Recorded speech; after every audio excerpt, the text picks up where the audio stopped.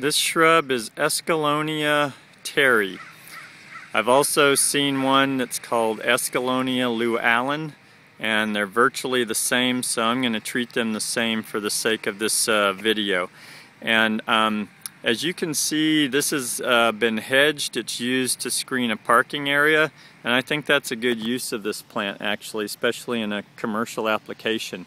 This plant, what I like about it is it's very compact, has a nice green vigorous growth. It's easy to grow this. They're not fickle at all, and they're very long lived. This is about a 15-year-old hedge here, and you can see the foliage as it comes on is a nice tight green. Also, because the texture is finer, it takes shearing well. So I'm not a big fan of this type of a planting, but if you're a commercial designer, you need plants like this in your arsenal, and this is certainly a reliable one, knowing that the maintenance folks are going to hedge this stuff in the way you see here.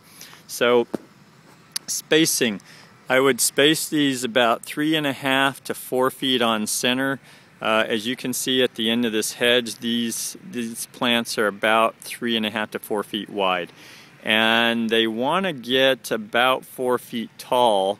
They've cut this off at about 3 feet tall, so that's fine. But if you naturally let this plant do its thing, you get a nice rounded form that's about 4 by 4, like a gumdrop, and they naturally just have this compact growth to them. So if you want to treat them in a more natural massing, you can use them that way as well.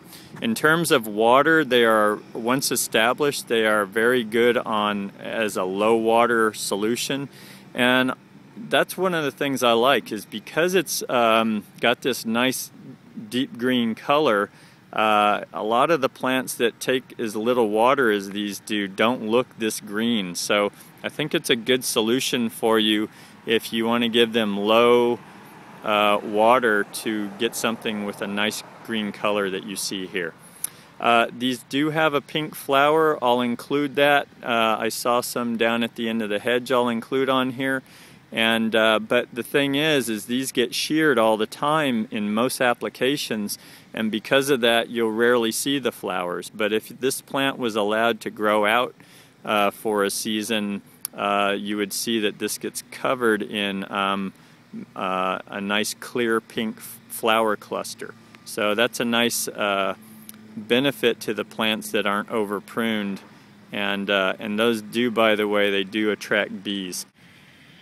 And here's a close-up of the flower. These aren't the best looking ones, but you get the idea. It's a nice light pink flower in clusters, and if these are allowed to bloom out, they get covered with these little flowers.